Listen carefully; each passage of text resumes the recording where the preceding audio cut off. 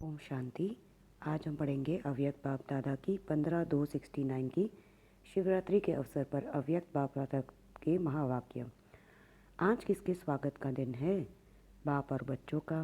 परंतु कई बच्चे अपने को भी भूल गए हैं, तो बाप को भी भुला दिया है। आज के दिन वह स्वागत है जैसे पहले होती थी। कितने तारे आती थी, तो भूल आना। बाप जब है ही तो फिर भुलाना कहाँ तक। यह है निश्चय, यह है पढ़ाई। जब पढ़ाई कायम है तो वह कार्य भी जैसा का वैसा चलता रहेगा। वह निश्चय नहीं तो कार्य में भी जरा बच्चे अपने मर्तबे को समझते हैं कि मैं किसका बच्चा हूँ।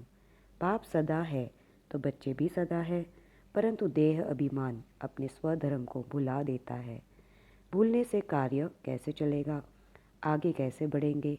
जबकि बाप ने अपना परिचय दिया है, बच्चों को भी अपना परिचय मिला हुआ है। कितना समय है से इसी लक्ष्य को पक्का करने के लिए मेहनत की गई। उस मेहनत का फल कहाँ तक? सिर्फ याद कराने के लिए यह कह रहा हूँ। मुरली तो चलानी नहीं है, सिर्फ बच्चों से मिलने आया हूँ। बच्ची ने कहा, बहुत याद कर रहे हैं बाबा, आप चलेंगे तो रिफ़्रेश करेंगे। रिफ़्रेश तो हो ही, अगर निश्चय है तो। फिर भी बच्चों से मिलने के लिए आना पड़ा। थोड़े समय के लिए सोमान की स्मृति दिलाने के लिए आए हैं। बच्चे सदैव अपने को सौभाग्यशाली समझे। सदा सौभाग्यशाली उनको कहा जाता है जिनका बाप, टीचर और सद्गुरु से पूरा कनेक्शन, पूरी लगन है। कन्या की सगाई के बाद क्या होता है? पति के साथ लगन लग जाती है, तब उनको कहते हैं सदा सुहागिन। परंतु वह कहाँ तक सुहागिन है? अंदर में क्या भरा हुआ पड़ा है? कन्या 100 ब्राह्मणों से उत्तम गिनी जाती है। सगाई करने के बाद अशुद्ध बनने कारण आंतरिक अभाग्नि है, यह किसको भी पता नहीं। बाप भी बतलाते हैं सदा सुहागिन कौन है। सदा के लिए परमात्मा से पूरी लगन रहे, वो सदा सुहागिन है। यह तो सभी अभी पढ़ाई का समय है। बाप अपना कर्तव्य कर रहे हैं, डायरेक्शन देते पढ़ाते हैं। जब तक पढ़ाना है पढ़ाते रहेंगे। विनाश सामने खड़ा है, उसका कनेक्शन बाप के साथ है। ऐसे मत समझो बाप की जुदाई है। जुदाई भी नहीं, विदाई भी नहीं। जब तक विनाश नहीं तब तक बाप साथ है। वतन में बाप गया है कोई कार्य के लिए, समय अनुसार वह सब कुछ होता रहेगा। इसमें न कोई विदाई है न जुदाई। जुदाई लगती है, तुमको विदाई दी थी, अगर विदाई दी होगी तो जुदाई भी होगी। विदाई नहीं दी होगी तो जुदाई भी नहीं होगी। यह ड्रामा के अंदर पाठ चलता रहता है। बाप का खेल चल रहा है, खेल में खेल चलता रहेगा। आगे तो बहुत ही खेल देखने हैं। इतनी हिम्मत है, जब हिम्मत रखेंगे तब बहुत देखेंगे।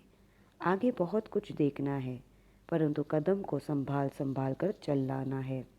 अगर संभाल कर नहीं चलेंगे तो कहाँ खड़ा भी आ जाएगा, एक्सीडेंट भी हो पड़ेंगे। बच्चों से मिलने के लिए थोड़े समय के लिए आया हूँ। बहुत कार्य करना है, वतन से बहुत कुछ करना पड़ता है। बच्चों की भी दिल पूरी करनी पड़ती है तो भक्तों की भी दिल पूरी करनी पड़ती है। सभी कार्य काम पर ही होते हैं। बाप का परिचय मिला, खजाना लॉटरी मिली। अभी बच्चों की सर्विस पूरी की, वतन से अभी सबकी करनी है। बच्चे सगे भी है तो लगे भी है, सर्विस तो सबकी करनी है। सवेरी भी आकर दृष्टि से परिचय दे दिया। दृष्टि द्वारा सर्च लाइट दे सभी को सुख देना बाप का कर्तव्य है।